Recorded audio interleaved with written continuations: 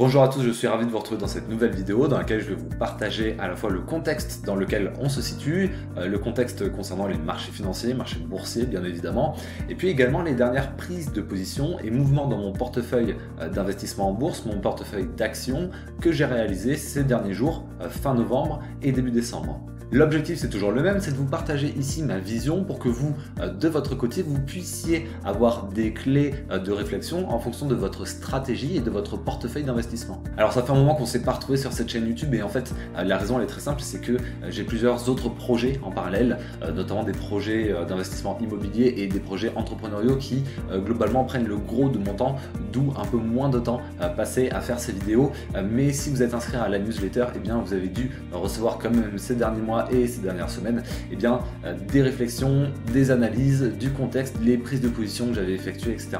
D'ailleurs, si vous découvrez la chaîne, bienvenue sur Value Investing. Ici, vous l'avez compris, on parle pour le moment d'investissement en bourse seulement. Après, prochainement, peut-être, pourquoi pas, d'immobilier et d'entrepreneuriat. Si ce sont des thématiques qui vous intéressent, dites-le moi en commentaire. J'hésite à justement ouvrir la thématique de la chaîne. Donc sans plus tarder, maintenant, je vous propose de passer dans un premier temps au contexte du marché financier. Puis par la suite, on va voir les derniers mouvements que j'ai réalisés. Allez, c'est parti. Alors cette année 2021 sur les marchés financiers, bien entendu, elle a notamment été rythmée par l'évolution de la pandémie, de la situation sanitaire et son impact sur l'économie réelle. Sur ces données-là, on peut voir la décroissance qui a eu lieu sur les différentes zones géographiques en 2020, donc au début de la pandémie, sur les premiers mois. Et puis la grande question qu'on se posait, c'est comment est-ce que l'économie mondiale, à la fois dans les pays développés et non développés, va pouvoir repartir en 2021, 2022. Et c'est vrai que ces données-là, ça fait pas mal danser les marchés financiers. Et puis au final, on se rend compte fin 2021 que les prévisions de croissance qu'on a pour cette année 2021 dans le monde entier, donc que ce soit dans les pays développés ou les émergents, eh bien sont bien supérieures souvent aux prévisions qu'on avait faites au début de l'année 2021. Donc finalement, on a un rebond économique qui paraît bien plus important que ce qu'on anticipait au début de la situation sanitaire de la pandémie. Et ça, du coup, ça a été une bonne surprise pour les marchés financiers et ça a notamment permis du coup à soutenir les cours des différents actifs et des différents indices. Cette année 2021, elle a aussi été marquée notamment par l'intervention des banques centrales et donc notamment de la Réserve fédérale américaine, de la Fed, qui s'est clairement positionnée en soutien fort des marchés financiers et notamment donc en maintenant des taux historiquement bas. D'ailleurs, si vous investissez dans l'immobilier, vous avez dû le remarquer, vous en avez peut-être pu profiter également, et puis également en effectuant des rachats d'actifs. Et c'est ce qu'on voit sur ce graphique-là, c'est-à-dire qu'on voit ici représenter le bilan financier de la Fed, donc au mois d'août 2019, qui était au plus bas sur la période considérée et qui était, donc là ici on est en millions de dollars, donc on est à 3700 milliards de dollars à peu près, donc en août 2019, et on voit du coup sur ce graphe qu'on est passé de 3700, 3800 milliards à 8600 milliards en novembre 2020, donc on a fait x2, on a plus que doublé, la Fed a plus que doublé son bilan donc en achetant différents actifs, ce qui a eu pour effet évidemment de maintenir les cours et surtout d'entretenir la confiance des investisseurs dans la tenue de ces indices-là. Et puis évidemment, si on s'intéresse aussi au taux directeur de la Banque centrale, eh bien on peut constater qu'il est historiquement bas, donc encore une fois, ce qui est potentiellement bénéfique pour les investisseurs immobiliers et qui participe à conserver cette confiance des investisseurs dans les marchés financiers. Et d'ailleurs, on en reparlera après par la suite, la hausse des taux qui va advenir d'ici 2022 ou 2023 en fonction des estimations des analystes, des économistes, etc.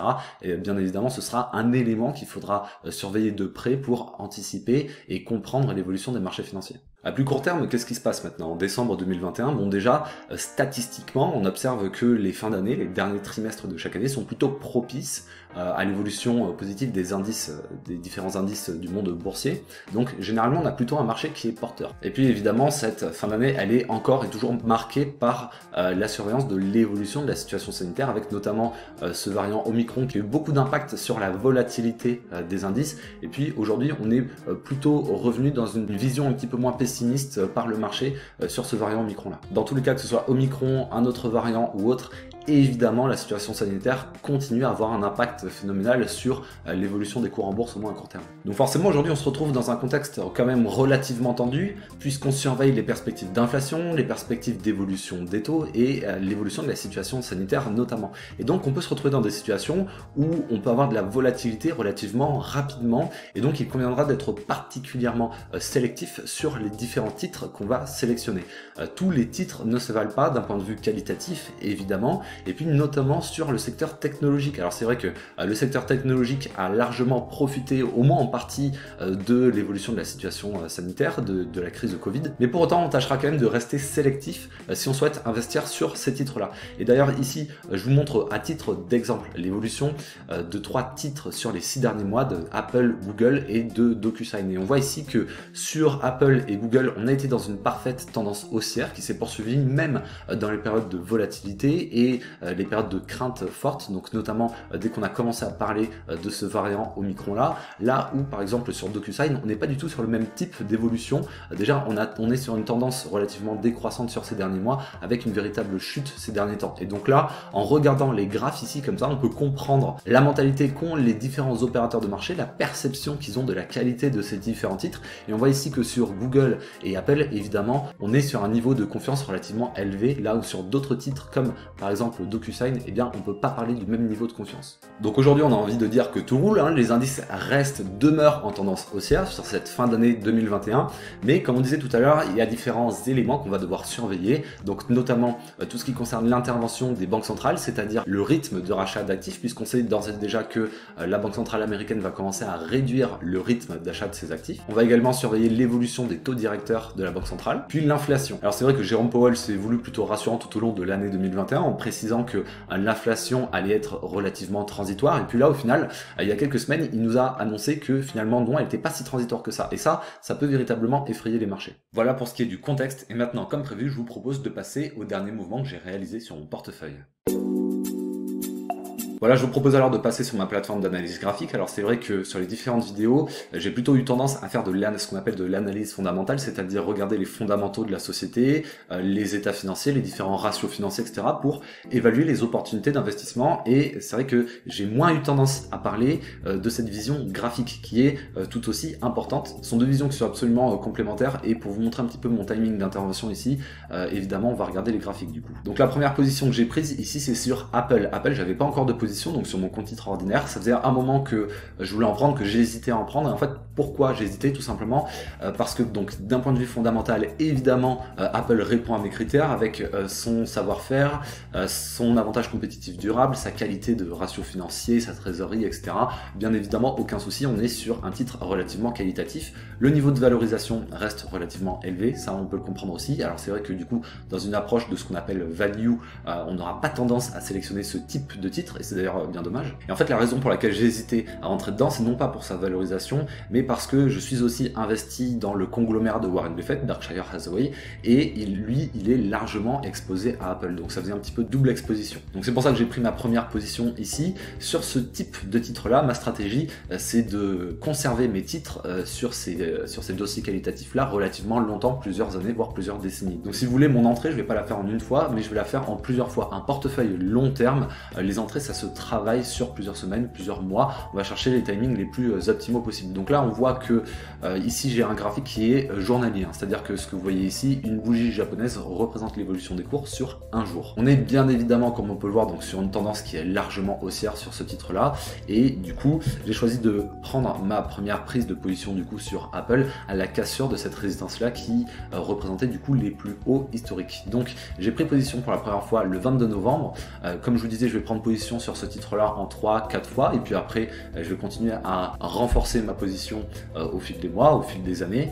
Ici, du coup, pour cette première prise de position, eh bien, Apple représente désormais dans mon portefeuille un petit peu moins de 1%, donc ce qui est encore relativement peu, évidemment. Ma stratégie ici, je ne mettrai pas de stop loss. Si les cours descendent plus bas, tout simplement, j'en rachèterai, et donc je ferai ce qu'on appelle du DCA, du Dollar Cost Average, c'est-à-dire que à chaque fois que le titre va baisser, étant donné que j'ai une vraie confiance sur le long terme dans ce titre-là, eh bien, j'en profiterai pour en racheter, pour l'avoir un petit peu à meilleur prix. Et on voit d'ailleurs que ceux qui ont réalisé cette stratégie-là sur Apple depuis plusieurs décennies, globalement, sont largement gagnants aujourd'hui. Deuxième prise de position que j'ai effectuée, c'est Verbio Bioenergy. Donc là, c'est une société allemande qui exerce dans tout ce qui est biocarburant. Selon moi, c'est un vrai secteur d'avenir, puisqu'on ne pourra pas passer à la voiture tout électrique relativement facilement comme ça dans les prochaines décennies. On devra conserver une part de marché sur les véhicules à moteur thermique, et donc c'est vrai que tout ce qui est biocarburant dans ce cadre-là, présente un cadre qui, selon moi, est relativement porteur. Et on le voit notamment avec la relative qualité des états financiers de la société, bien qu'elle soit relativement jeune. Et puis on le voit aussi vous le voyez ici, sur l'évolution du cours en bourse, qui est avec une tendance qui est largement haussière, et donc encore une fois qui traduit une confiance du marché dans ce type de société-là et dans ce secteur-là.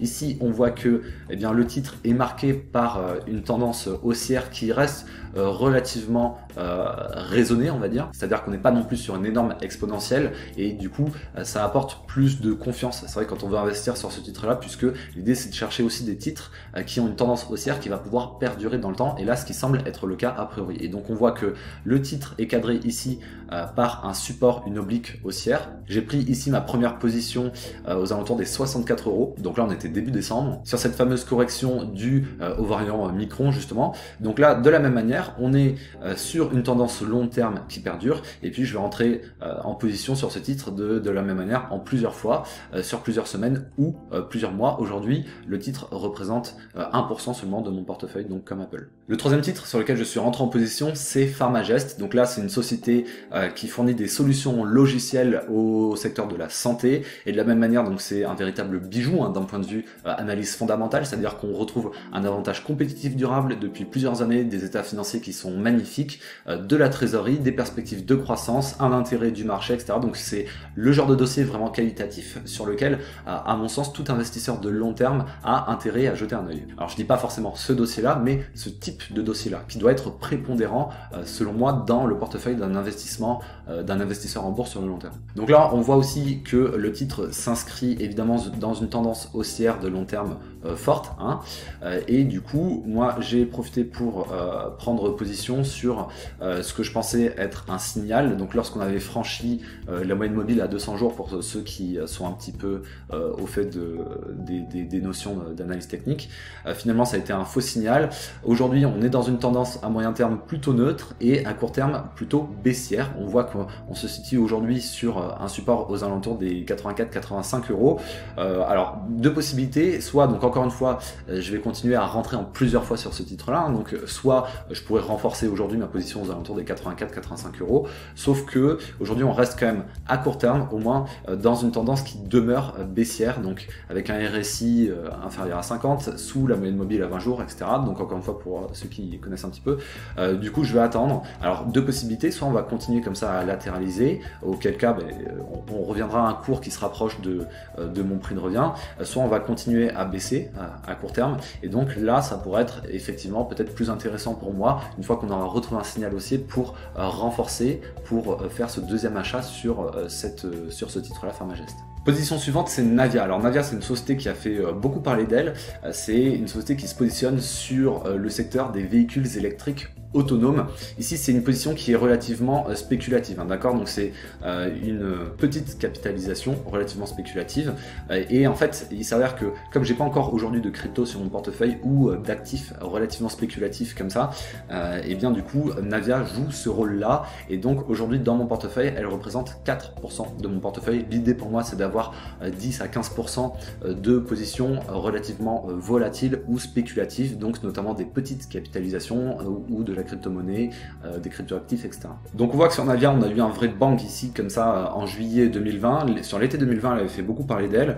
Depuis, les cours ont continué à flamber. Ensuite, on est revenu un petit peu dans une latéralisation. On a eu un newsfeed qui a été relativement ambigu à une certaine période aussi. Et on est revenu ici. Ce qui est intéressant, c'est que on est sur un support horizontal qui est relativement net, d'accord? Et ici, on est venu se poser, latéraliser et rester sur ce support-là. Et donc, au début, aux prémices d'une reprise de tendance positive qui est matérialisée ici par différents indicateurs techniques, et bien du coup, j'ai repris position, j'ai renforcé ma position encore une fois. Là, j'en suis à 4% de mon portefeuille et on verra peut-être monter mon exposition en Navia aux alentours des 5% de mon portefeuille. Mais voilà, du coup, renfort ici. L'avantage, c'est que sur une position spéculative comme ça, si on n'avait pas encore eu de prise de position et qu'on souhaitait investir sur ce dossier-là, eh bien, on pouvait prendre position ici avec un stop loss relativement court sous le support. Et enfin, dernier titre sur lequel j'ai effectué un mouvement en décembre, c'est Ipsen. Donc Ipsen, c'est une biotech française qui a ses avantages et ses qualités. C'est-à-dire que elle a un avantage compétitif qui est relativement certain, et d'ailleurs ça se retranscrit dans ses états financiers. Par contre, la notion de durabilité de cet avantage compétitif, elle peut être remise en question par l'éventuelle sortie de médicaments concurrents, notamment aux États-Unis. Et donc c'est la raison pour laquelle il y a encore certaines incertitudes qui sont relatives à Ipsen. Aujourd'hui, sur Ipsen, j'avais une position qui était relativement importante dans mon portefeuille. Donc tout simplement, ce que j'ai décidé de faire aujourd'hui, c'est de réduire l'exposition à Ipsen de moitié.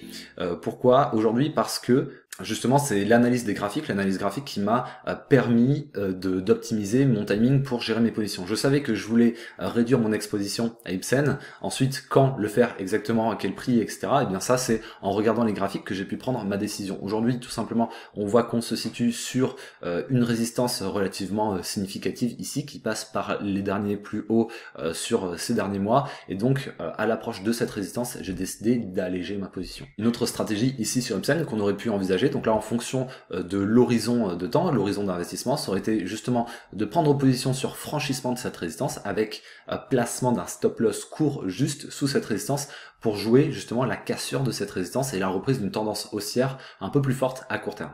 Voilà un petit peu pour l'état de mes différents mouvements, et comme on disait du coup en introduction de cette vidéo, pour les temps à venir, eh bien on veillera à être particulièrement vigilant du coup à différents indicateurs, différents facteurs, donc notamment l'intervention de la Banque centrale à travers l'évolution des taux directeurs et aussi du rythme de rachat d'actifs, et puis on surveillera évidemment encore et toujours l'évolution de la situation sanitaire qui continue encore quasiment 2 ans après le début de la crise sanitaire à avoir un impact relativement fort sur les marchés financiers, bien que aujourd'hui on commence à avoir quand même un petit peu de retour sur les titres les plus qualitatifs qui eux ne souffrent pas de l'impact justement de nouveaux variants par exemple, et les titres moins qualitatifs qui eux vont être rapidement délaissés par le marché en cas de nouvelles craintes. Et finalement on surveillera également aussi l'évolution de l'inflation. Voilà un petit peu pour ce point marché. Si vous avez des idées d'autres titres qui sont potentiellement pertinents sur lesquels on va pouvoir investir ou faire entrer dans notre portefeuille sur cette fin d'année, eh bien je vous invite à me les partager dans les commentaires. Dites-moi aussi en commentaire si ça pourrait vous intéresser qu'on ouvre la thématique de la chaîne à l'entrepreneuriat et l'immobilier, puisque ce sont deux thématiques sur lesquelles je suis en plein dedans tout simplement en 2021, donc je me dis que ça pourrait être intéressant de partager aussi là-dessus sur cette chaîne si ça vous intéresse. Et pour ceux qui découvrent l'investissement en bourse, vous retrouverez dans la description de cette vidéo plusieurs liens, un lien notamment pour télécharger un guide pratique d'investissement pour les débutants, un lien pour s'inscrire à la newsletter également, sur laquelle je communique parfois mes derniers investissements, parfois des analyses, des recommandations ou du contenu éducatif sur l'investissement en bourse tout simplement. En attendant, je vous dis bons investissements à tous, à très bientôt, ciao.